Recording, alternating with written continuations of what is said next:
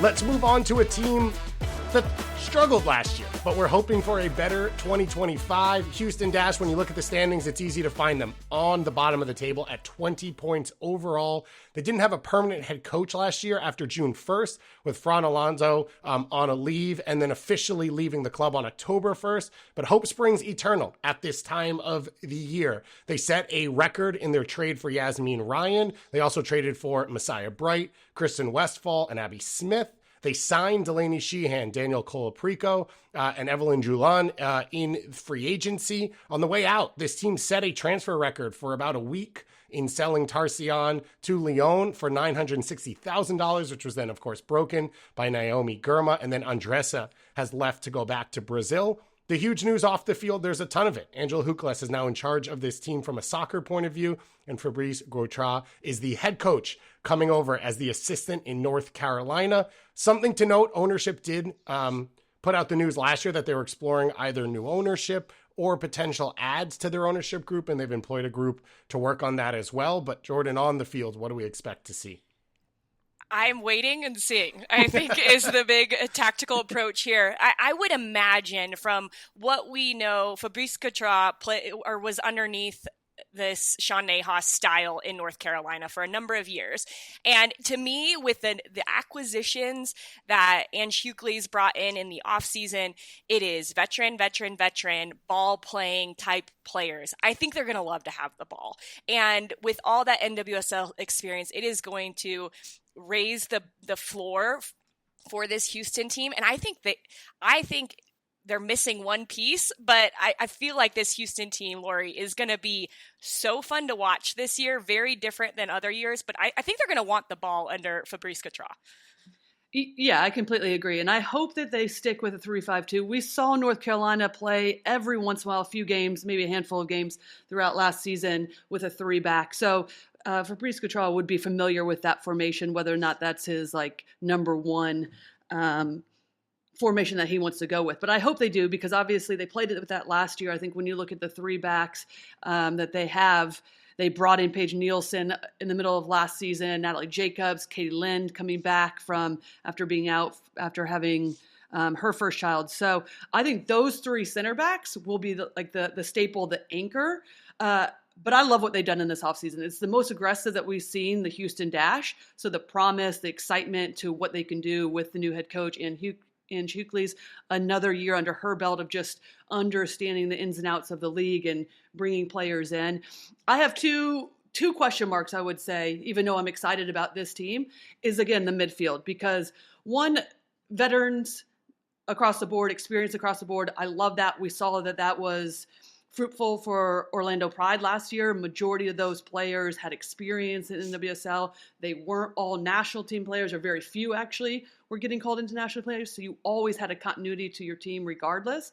I think we could see that with this Houston Dash team. But my concerns would be a little bit still in the midfield, because it does feel like there's quite a few similar players. Again, we mentioned that about Angel City. I love Colaprico. Delaney Sheehan was an important piece to Gotham. Yasmin Ryan would be different, and we'll see if she actually plays in the midfield or more out wide. But there is a concern that there's quite a few similar players. And then obviously you bring in Duljan from Orlando. You have Messiah Bright that's come from Angel City.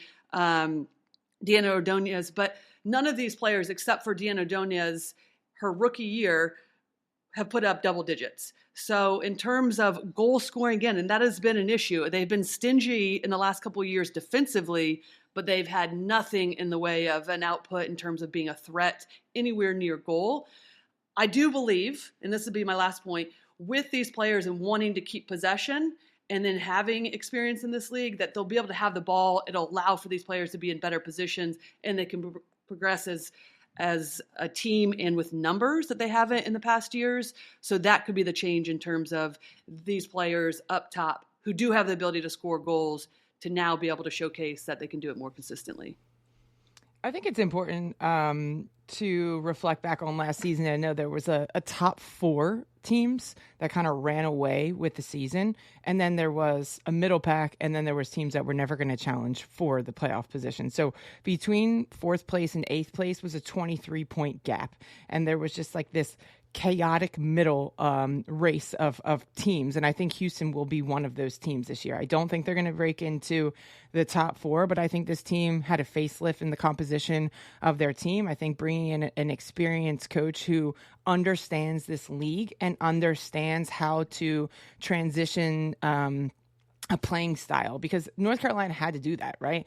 Under Paul Riley, then with Sean Nahas, he had to completely revamp the style of that North Carolina team. And I think that's the biggest question mark for this Houston Dash. Under Fran Alonso, he tried to do it overnight.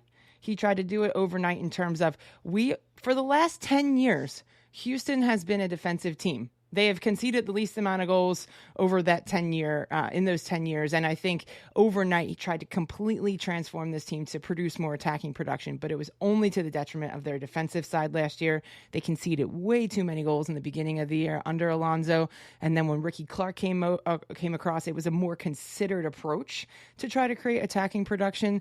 So I think that transition from we're a defensive team, which has been our identity for 10 years, to we want to have a little bit more of the ball has to be one that's considered and mature. Yeah, I would say, Lori, your point about Deanna Ordonez being the only goal scorer up front for that team. Well, where did she do that?